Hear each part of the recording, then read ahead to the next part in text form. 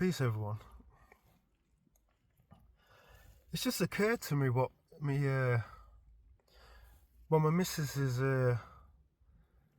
mum is saying when she comes out of this phrase. Whenever she sees someone looking like they're going to get into trouble with someone else through what they've done to the person or what they've said to the person, she always comes out with, she goes, "Huh, on a free paper bun," and we all start laughing and stuff. You know, it's a well-talked phrase within the family. I hear it from time to time from like other Jamaican older men and women. It's like, on a free paper bun. When you're gonna get in trouble. But it just dawned on me.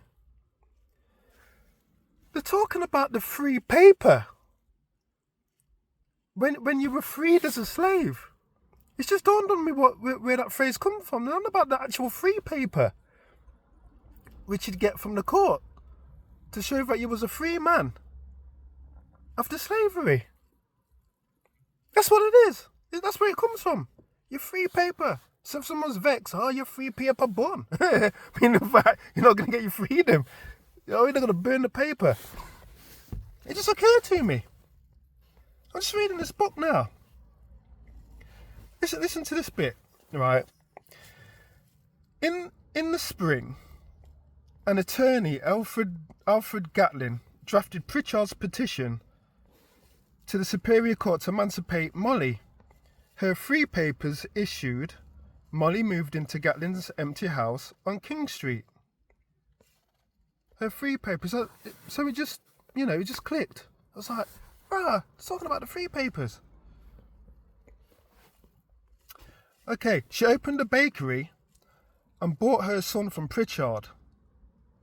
It may seem rather strange that my grandmother should hold her son a slave.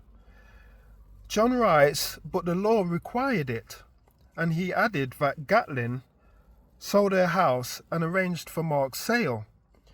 She was obliged to give security that she would never be any expense to the town or state before she could come in possession of her freedom. Her property in her son was sufficient to satisfy the law, since in its eyes he could be sold any minute to pay her debts.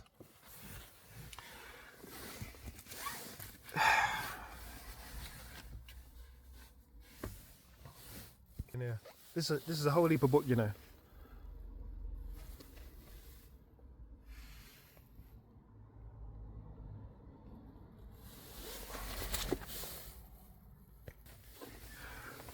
You know what I mean? Look, I've read like loads of books on slavery, you know, but every time you read, you think you've heard everything that cracked off in slavery now, but the more you read, the more things you the more effort you come across. Yeah. So imagine that, because they tried to swindle her as well. They tried to make an auction after the person that owned her before died, because the person that owned her before promised her she'd get her freedom. But this new guy that took over, he tried to auction her and make it a private auction in secret. But everyone knew that the owner was going to, basically granted her freedom upon her death. So she eventually got it. But imagine that now. It's like, all right, we'll give you free papers. Obviously, you've got to pay us on condition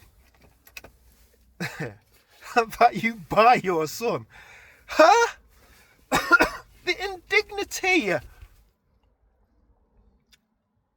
You're the owner of your son. You've got to buy your own son, just in case you fall into debt.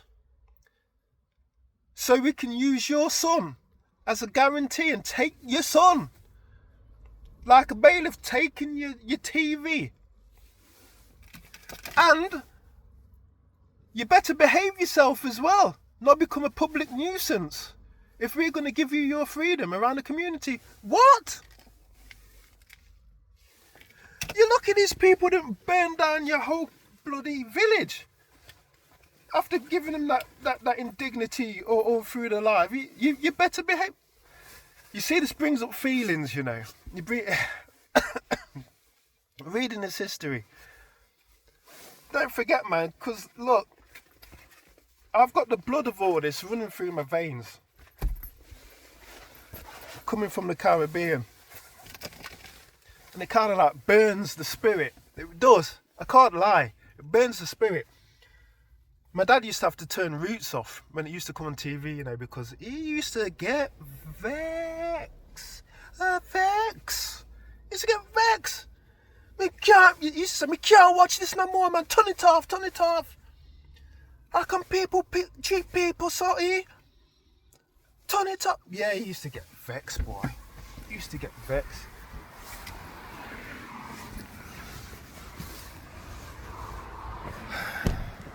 Let me come out of this car, y'all. But yeah, free paper bun.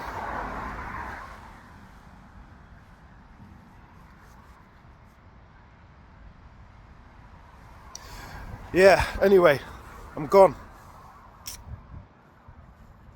You learn something new every day, don't you? Peace.